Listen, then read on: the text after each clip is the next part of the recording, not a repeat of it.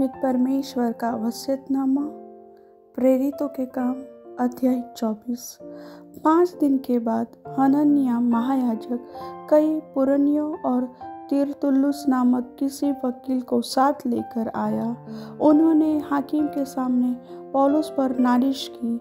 जब वह बुलाया गया तो तिरतुल्लुस उस पर दोष लगाकर कहने लगा, हे महामहिम फेलिक्स, तेरे द्वारा हम में बड़ा कुशल होता है और तेरे प्रबंध से इस जाति के लिए अनेक बुराइयां सुधरती जाती है।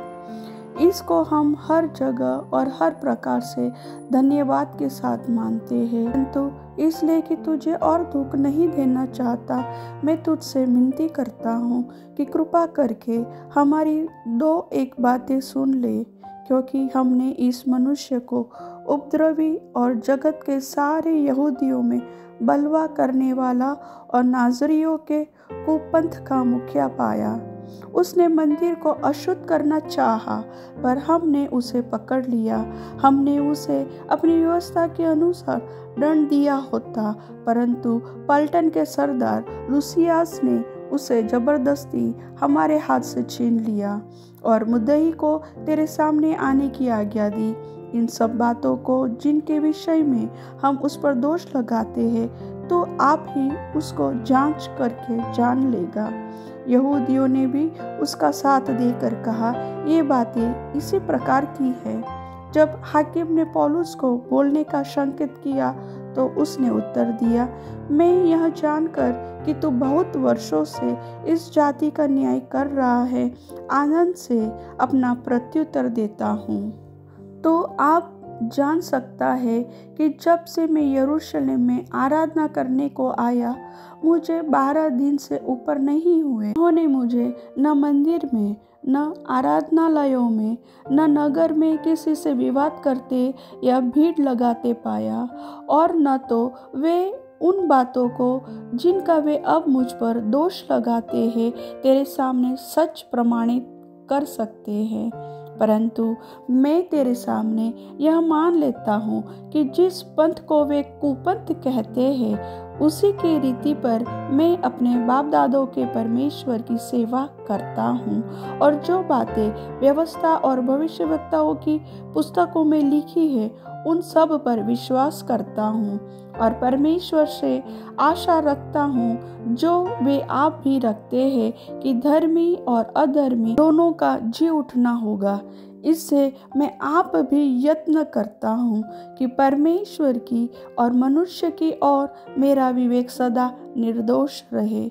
बहुत वर्षों के बाद मैं अपने लोगों को दान पहुँचाने और भेंट चढ़ाने आया था। उन्होंने मुझे मंदिर में शुद्ध दशा में बिना भीड़ के साथ और बिना दंगा करते हुए भेंट चढ़ाते पाया। हाँ, आसिया के कई यहूदी थे। उनको उचित था कि यदि मेरे विरोध में उनके पास कोई बात हो तो यहाँ तेरे सामने आकर मुझ पर दोष लगाते, या ये आप ही बताए कि जब मैं महासभा के सामने खड़ा था तो उन्होंने मुझ में कौन सा अपराध पाया। एक बात को छोड़ जो मैंने उनके बीच में खड़े होकर पुकार कर कही थी, मरे हुओं के जी उठने के विषय में आज मेरा तुम्हारे सामने मुकदमा हो रहा है। फेलिक्स ने, जो इस पंथ की बातें ठीक ठीक जानता था, उन्हें यह कहकर टाल दिया, जब पलटन का सरदार लूसियास आएगा तो तुम्हारी बात का निर्णय करूंगा। और सूबेदार को आज्ञा दी कि पौलुस को कुछ छूट में रखकर रखवाली करना और उसके मित्रों में से किसी का भी उसकी सेवा करने से न रोकना। कुछ दिनों के बाद फेलिक्स अपनी पत्नी द्रुसिल्ला को, जो यहूदीनी थी, साथ लेकर आया और पौलुस को बुलवाकर उस विश्वास के विषय मसीह यीशु पर है उससे सुना। जब वह धर्म और संयम और आने वाले न्याय की चर्चा कर रहा था तो फेलिक्स ने भयभीत होकर उत्तर दिया, अभी तो जा, अवसर पाकर मैं तुझे फिर बुलाऊंगा। उसे पौलुस से कुछ रुपये मिलने की भी आशा थी, इसलिए और भी बुलाकर उसे बातें किया करता था।